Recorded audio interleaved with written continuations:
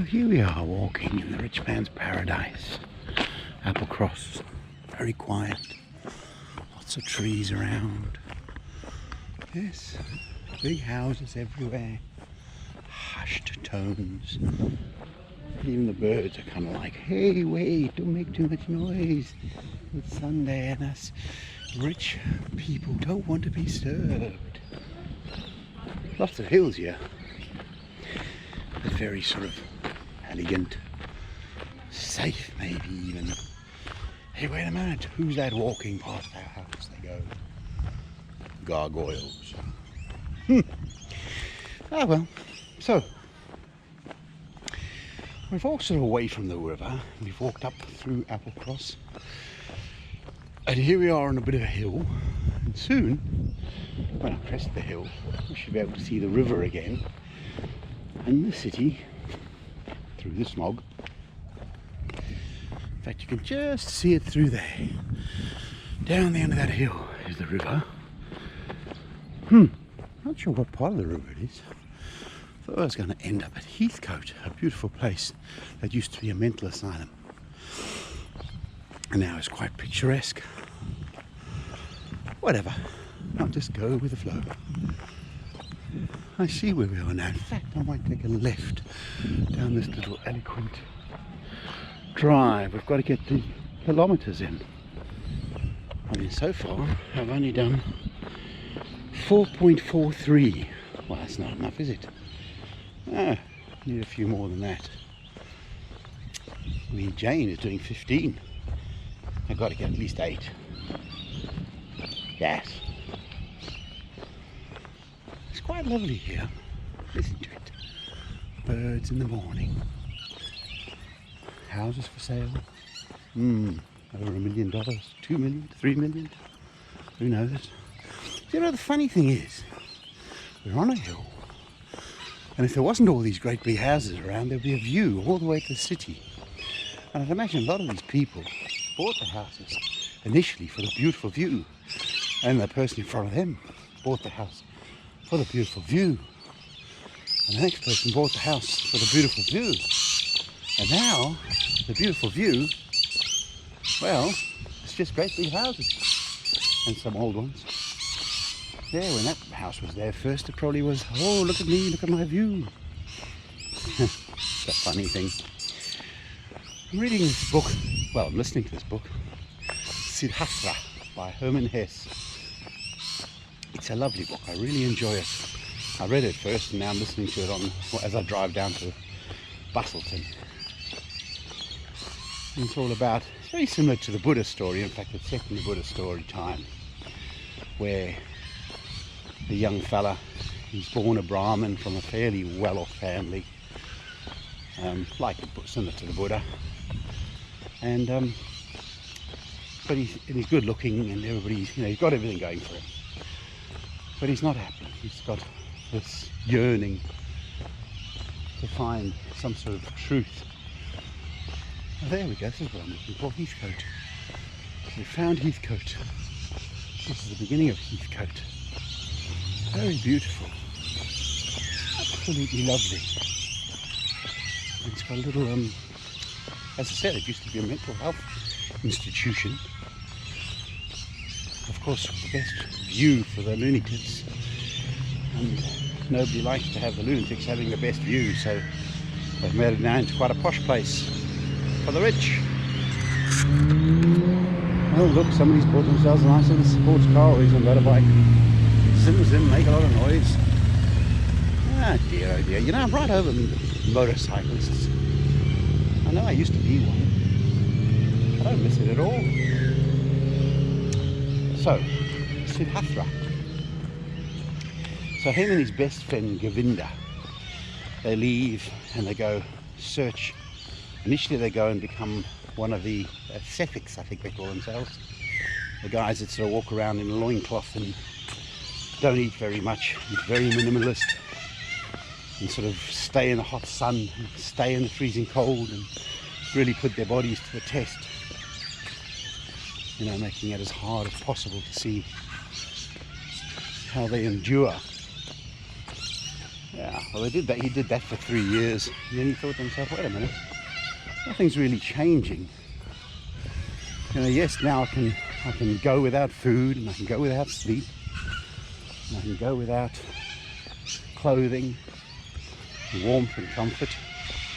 But he sees an old man doing the same thing, and he says, well, he hasn't actually got any further, he's just doing what I do. What's the point of this? So he leaves that path because they hear about the Buddha, and then they go and find the Buddha, and he sees, yes, this man has something, and his Govinda chooses to follow the Buddha in Siddhartha. You know, he sees the Buddha and he says, well, I see this is good, but it's not really, there's something, you know, missing still. Even though this is the way, it's not my way. So he goes off and he goes to a town, and as he's walking into town he sees a very pretty woman, and he, I suppose, not so much falls in love, but falls in love with the beauty of the woman, and decides that he wants to learn about that beauty and love of a woman. So he stays with her, but she says she's a very attractive woman that wants people with money. And so he says, well, okay, I'll go get money. And so, because of his not caring about money itself, but a wise man, and he said, you know, when asked by a rich fellow who he chooses to live with and learn from, the guy says, what have you got? And he says, well, I have patience, I can fast, and what was the third thing? I have patience, I can fast, and I listen. So those three things, and this merchant, very rich merchant, says, well, what good is that to me? And but no, he says, well, you know, it'll help. And the merchant's a bit skeptical, but says, look, stay with me for a while, I'll get you some clothing, and you stay with me, and we'll see how it goes. And over the while he realizes that just by listening to business going ahead and being very patient and not, you know, in any hurry to go and have a meal or have anything other than sitting and listening, he's able to be a very good businessman and eventually makes a lot of money, has his own house and everything like that. But once he's got all this, and also he's learned about love, he realizes again it's still not really filling the void in him, and so he leaves there and eventually becomes a ferryman. Of course, there's a lot more to the story. It's quite a beautiful story, as is this where I'm walking now. It's quite beautiful. As I said, this used to be an old mental asylum, very pleasant for the lunatics.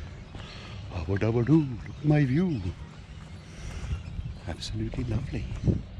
The haze is lifted a little bit, but as we get round this corner you'll see the city. There's the city over there, and as you can see it's still quite hazy up there, the hazy city. Let's go up this little lookout over here.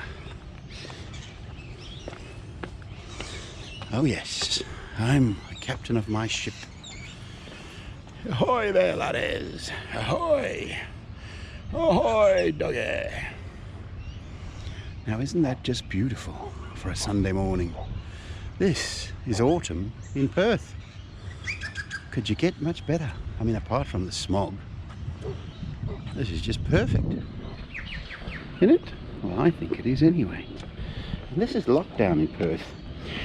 Tomorrow they're lifting lockdown to some degree. So from Monday some businesses are opening. We're going to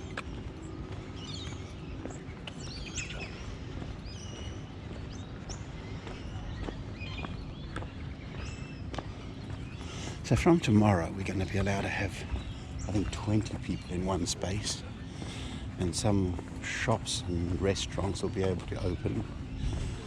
and still with some restrictions. But, hello. Good morning. Heath Ledger. There you go. There's a thing for Heath Ledger. Only when you drink from the river of science shall you indeed sing. And when you have reached the mountain top, then you shall begin to climb. And when the earth shall claim your limbs, then you shall truly dance. Fair enough.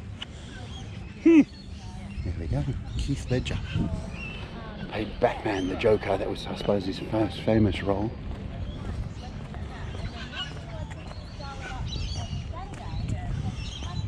How beautiful. Yeah, so some restaurants and things will be open from tomorrow, and people are getting eager. Still sitting a little bit of distance apart, but there's certainly more people out and about than there was.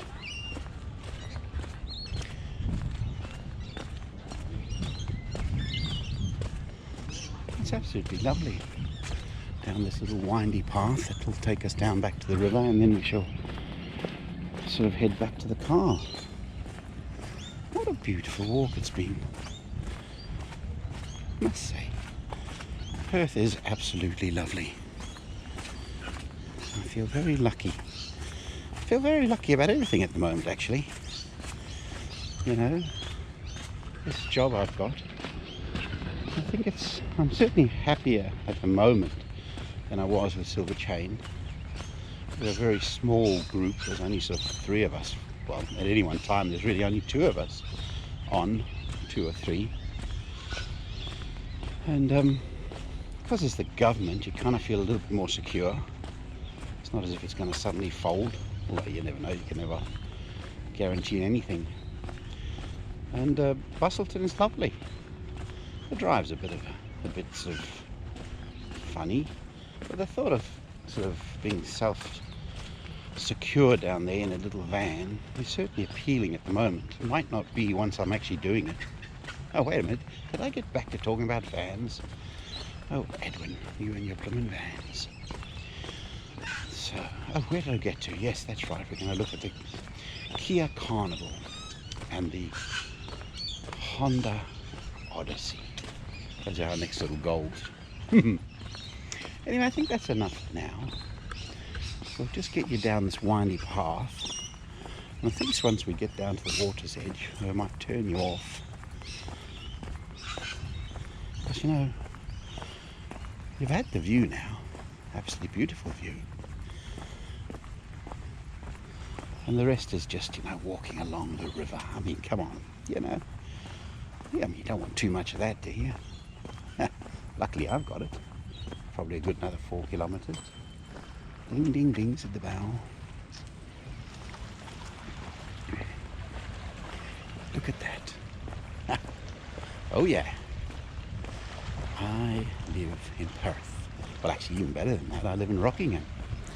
So, although it's not far to drive to this area we're in now, nice and easy, not difficult at all, but where we live, in Rockingham, things are a little bit cheaper. A few less people, not as crowded. And a little holiday area down Rockingham Foreshore, which is absolutely lovely. Anyway, that's enough for now. Oh, I'll show you the, I wonder if that's still there. There was a little, the Dwarfkin. Yes, still there. Over there's an old ship they built called the Dwarfkin, which was the Dove, which was, I think it was built in Perth. I'm not sure, but it's a replica of a Dutch ship, I believe, which was one of the first sort of boats that came around these waters in times gone by. Unfortunately, they built it, and it was all very exciting. And then that's weird, eh? They didn't say hi back. 3 girls. I don't know, they probably think I'm some sort of weirdo in my camera. Anyway, Dwarfkin, yes, so they built it, and then they went around the world, and everybody was like, whoa, yeah, great, lovely, wobbly. But then what do you do with the damn thing? Now it's back, and it's been in various places around Perth, but nobody really wants to know about it. You know, what do you do with it? It's boring once you got it. And she sits there. It's probably too big to stick in any living museum.